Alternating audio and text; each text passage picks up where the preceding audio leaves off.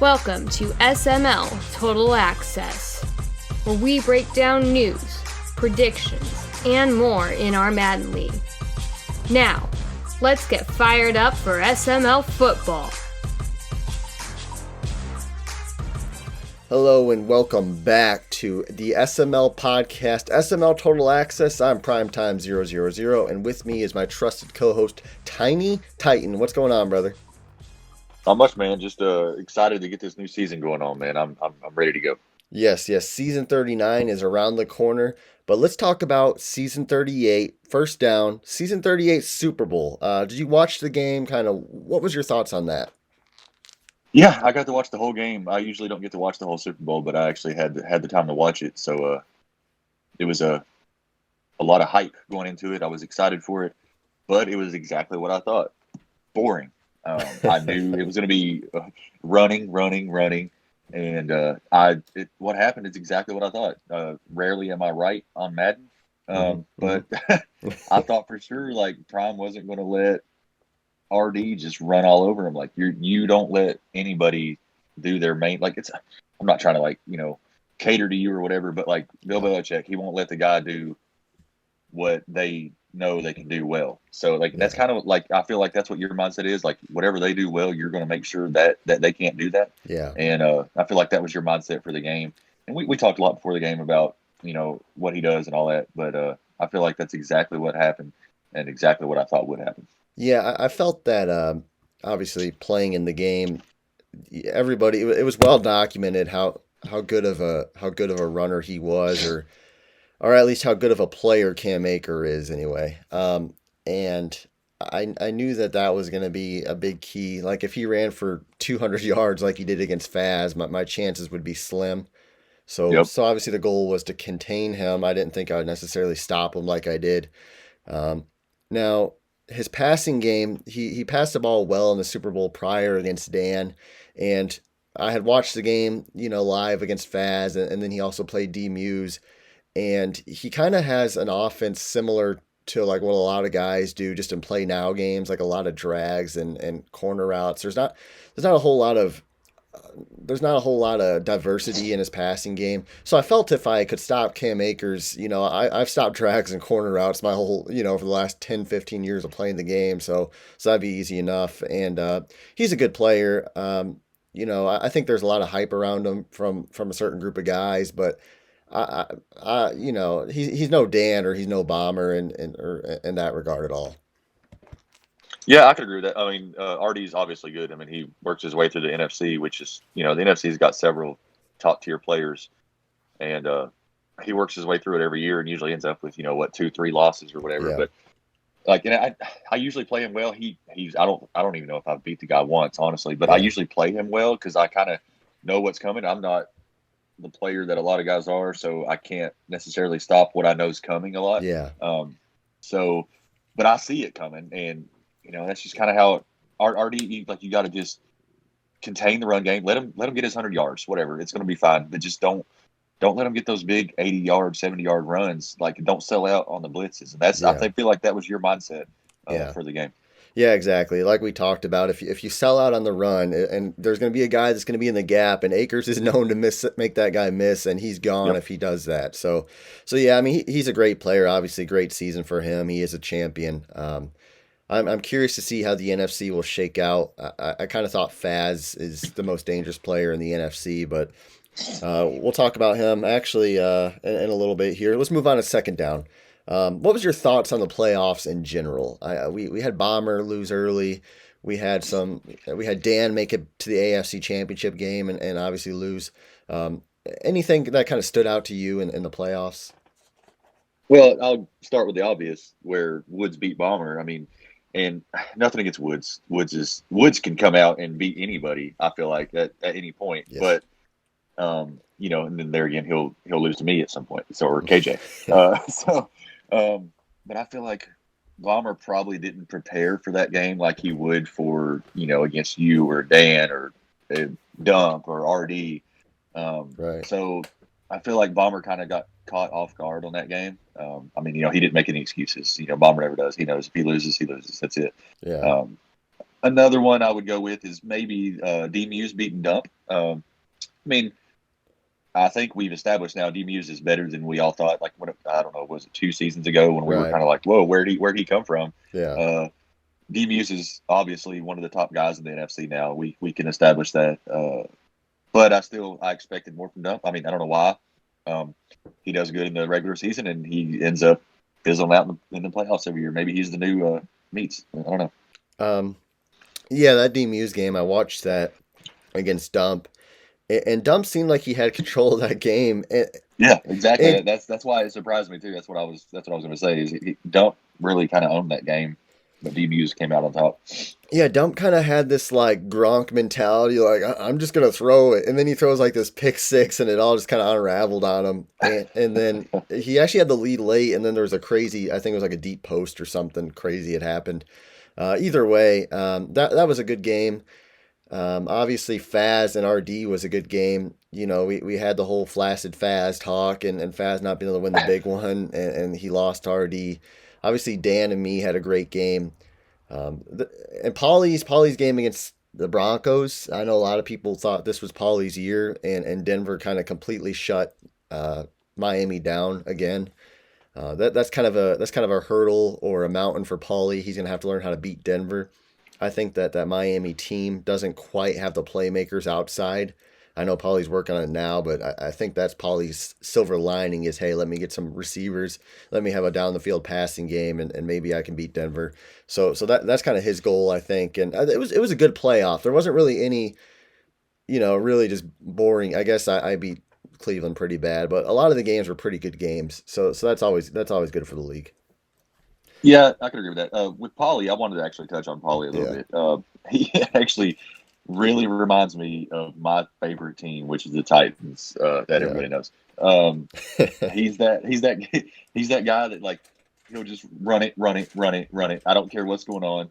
I'll be conservative every time. I don't care if I'm up 3 points. I'm going to be conservative. I'll run 3 times and punt. That's what the Titans have always been known for, and that's what Paulie does. Like, so I don't know if he can ever get over the hump because he's super conservative. He'll never take a real big chance. You know what I mean? So that's what I mean, Paulie, that's what I kind of challenge you to do. I know this isn't one of those things about challenging people, but I feel like Paulie, if he can, get a playmaker to throw a deep ball or something, just take some chances a little bit because he's so conservative. He needs to do that against those big guys. What really hurt Paulie, obviously, his running back was out for the season too, Burita, who had helped them win a lot of games. So yeah, I mean, Paulie's right there. I think he's just a few changes away from really, really competing. Third down now. This has been interesting. Now we got a new dynamic in the SML. Mad Bomber, regular season dominates the competition. He's kind of made a name. He obviously beat me early on in the cycle. Had a lot of success against me early. Faz made the Super Bowl, fell apart. He's growing this flaccid Faz moniker. So. Who do you trust more in the playoffs? And I'm going to add on to this. Who's going to win a Super Bowl first? All right, I got to go with Faz. I love Bomber. Bomber's one of my favorite guys. Faz is one of my favorite guys. These two guys are two of my favorites. But Faz has been there. Faz has a little easier path. I hate to say that, being in the NFC, but he don't have to go through Dan. He don't have to go through Prime Woods, I guess now. But Faz has been there. Bomber, I just want to see you get there one time. Yeah, man, you surprised me. Like you was there and you're killing it every season, man, and you all of a sudden just lose. I mean, I know sometimes most of the time it's losing against Dan or whatever in the playoffs, but this year against Woods just really threw me off, man. Like, what's going on, man? You gotta make a run one time. I want to see it. Yeah, it's hard for me to say. I think that Bomber's a better player than Faz, like all around. I would agree. Bomber knows how to. He's a little more diverse. Like he can run the ball a little bit better. Faz is a better passer, but overall, like scheming wise, I think Bomber's more diverse. He's a better defender. He's built the better team probably, but the NFC is definitely. I think we've learned is a little bit lighter up at the top anyway. It's really a 2-team race between Faz and RD, and until Washington kind of proves that they're elite. I think Dump's kind of taken himself out of contention now to be named among the top, in my opinion, anyway. So with that said, I think Faz just by that process of logic, he's got the easier path to get there. So I'm going to say that Faz is more likely to make the Super Bowl, and at that point, it's just one game to win it. Now, he is Flaccid Faz. He does have vacations scheduled, I'm sure, throughout the next 5 years. So you never know. I mean, if they played each other, though, if they played each other, I'm taking Bomber. Yeah, I would agree with that. I think Bomber would beat Faz. I just, like you said, and like I said before, I think Faz has the easier path. And I feel like Faz like I said, since he's been there, he kind of knows what to expect when he gets there and stuff. Bomber, I feel like I don't know if his nerves get to him or what, man, but it really throws me off when I see him in these playoff games. It's like, why is this so close? He's beating the same guys in the regular season by 30 points. What's going on? Is Bomber now the Colts, like the 2000s Peyton Manning Colts before they won Super Bowl? Probably, because you could sit there, you could say that because everybody knows that, or back then everybody knew Peyton was awesome. Like, I mean, of course, me being a Titans fan, I'm like, I hated playing Peyton Manning, but we also knew he was going to be 13-3 every year and in the playoffs, but probably losing the first or second round. That's kind of how you feel about Bomber. Yeah. So that's going to be something Bomber has to get off his back, and I'm sure I feel better about him doing it than I ever did for Meats. So that's a silver lining. And I'm not trying to take a shot at Meats here. I think Bomber's just a better player than Meats was. But that's definitely something and the pressure's only going to mount. Like every time you lose in the playoffs, it only builds the argument, and the talking heads will only talk more. So, and like we are right now, which makes it fun. Yeah. Well, and when you said that, when you brought up Meats, that brought up a point to me. Bomber's more an all around player. Like Meats is. You know what Meats is going to do. He's going to have his guys that he can run sideways with, and if you don't try to hit stick like I do all the time, normally you can get his guys down or whatever. Bomber is very balanced. He has it all. He has a good passing game, even with his crappy quarterback that's somehow not a superstar by now. So I feel like Bomber definitely has the opportunity to do it. He's just got to get over the hump, man. Yeah. Yeah, so it'll be fun to watch over the next 2 to 3 seasons what happens there in Jacksonville. Moving on to fourth down, drafts coming up. Obviously, what do you think about this draft? Is this kind of one of the final really important drafts of the cycle, or how do you value this draft? Well, so I think it's different on how you're looking at it. For example, like me. So let's look at it to where this draft, and then we'll have 2 more. That's our best case scenario. 3 seasons. Yes. I need a quarterback. So if I'm getting a quarterback, I need one now. Last season or this season would be the last chance really you have to get a quarterback and develop into something decent before it's over. Now, if you're getting a running back, get one now. He could be an 86 by next season, or you can get him next season, and you could have him by an 86 by the season or the next season. So, I feel like if you need a quarterback, now's the time to go. Which, if anybody's looked at the draft situation, there's not many quarterbacks out there. Other than that, I don't really know what else you can get and have really any time to develop much, honestly. So yeah, I feel like this is important for me. Getting a quarterback, maybe some guys in the first round. I don't know. I don't know how quick you can develop really any of the other positions besides running back and quarterback, because you're not using them all the time. Yeah. If you don't hit we'll on like a see in the superstar. first round. Yeah, if you don't hit on a superstar, you're pretty much screwed. Those running backs develop so quick. Quarterback, if you draft a superstar, they'll develop quick, and obviously you have to play well with them. Now, I took my quarterback at the beginning of season 2, and he was normal dev, and now he's X Factor finally. But there's so many little variables that go into it. I would say this is the final draft that actually, like, you can reap the benefits of the rookies a little bit. Like, I think Dump's running back Edens is 99 overall after 2 seasons. Yeah, that's an anomaly. I don't think that's common. Probably. But But that goes to show that it's possible. You can at least develop your player to maybe, like you said, an 85 to 90. And if you get to 85 for most positions, that's enough for two abilities, Yeah. which is what you want. Well, Yeah. Meats' guy running back was, I can't remember his first name. His last name's Brown, I'm pretty sure. But he went from 68 to I think 86 and got his X Factor. I took Chisholm from 71 to 84. I was one overall off from getting his second trait. So I mean, it's definitely doable. Which my guy missed 4 games, I think. So I mean, I definitely could have had it if it wasn't for that.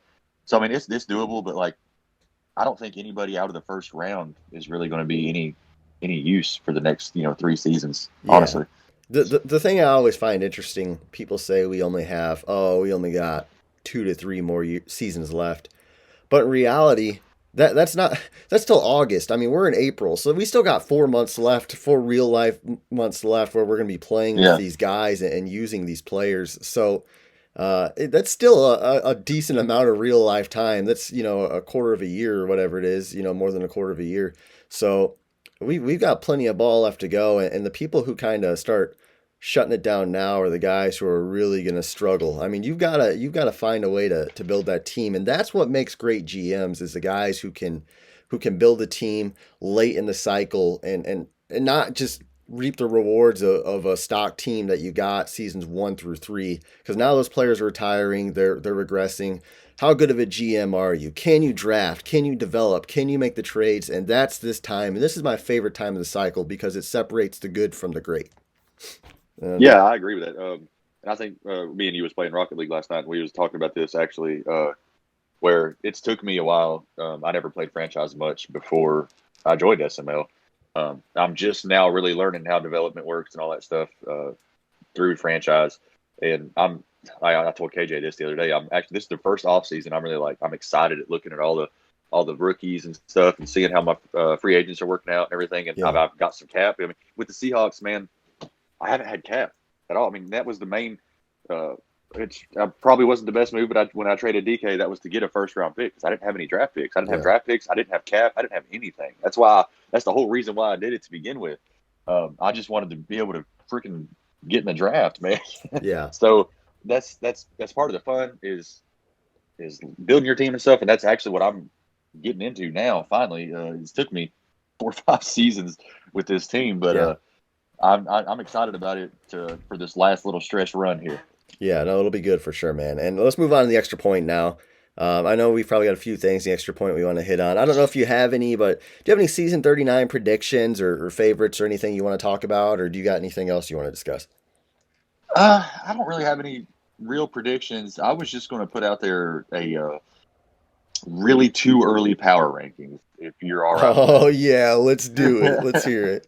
Let's piss somebody off. Okay, so at 1, you got to put the Super Bowl champ up there. I'll put Prime. Let's go. Number 1. Number 2, I'll put Dan. Mm-hmm. And then because Dan's Dan. He knows the game. He's good. That's just what it is. Number 3, I'll put Faz. Faz, I think, is just right at that next step. Like he needs to take that next step. He's right there. Yes. If he can just beat whoever's in the NFC Championship game with him, because he's going to be there every year. He's just got to take that next step. Bomber at 4. Yeah, he's fast. He's the opposite of fast. Yes. On the other side. I'll put RD at 5 because I think you've exposed him a little bit. Maybe some people can see how to stop that run game a little bit. Don't commit too much to the run. RD's my boy, but I don't think he's going to be making it back to the Super Bowl. Yeah. I will put Dump at 6 because he's got that new job. He's maybe he's found a new girlfriend. He's not in chat as much. We'll see. We'll see, man. You never know. Dump hot. Every now and then he gets hot. So we'll see. He's just got to get hot in the playoffs at some point. That's what I want to see. Yeah, exactly. Yeah. I actually forgot about him until I went through the standings earlier and look. I'll put Q, Washington football team, at 7. Mm-hmm. And because I don't know much about him. I played him once, I think, since he's been here. And of course, McLaurin destroyed me. Graham's actually DM'd me before the game and said, "Don't let McLaurin get a lot of yards." And he had like 211 yards, 3 touchdowns or something against me. I'll put Paulie at 8 until Paulie can make some big plays. And And then I'll put D-Muse and the Panthers at 9. Let's see what Russ can do one last year, maybe. And I'm going to put my boy Meats number 10. Come on, man. Make him come back this season. So here's a question based off that list. I know, like, for example, you had RD at 5, and that means you think he's a top 5 player in the league. Right now, anyway. But you said, well, I'm not sure if he's really going to make it back to the Super Bowl. Realistically, you probably have him. You don't see it happening. So of that top 10, how many guys do you realistically say, okay, this guy realistically, I think he can really make the Super Bowl? Looking at that list, you don't have to name the names, but I'll give you the names. I would say you, Dan, Faz. What's maybe Bomber? It just depends, man, because it depends on how the matchups go. You know how the AFC works, where it depends on how you guys match up. You three, Dan, Prime, and Bomber. It depends on how the matchups end up. Mm-hmm. I could maybe see Dump, and then what's the one I would throw out there that is a wild card is Meats, because you never. I mean, that last season was you can't just hold that, because that's an anomaly. Like, that doesn't happen.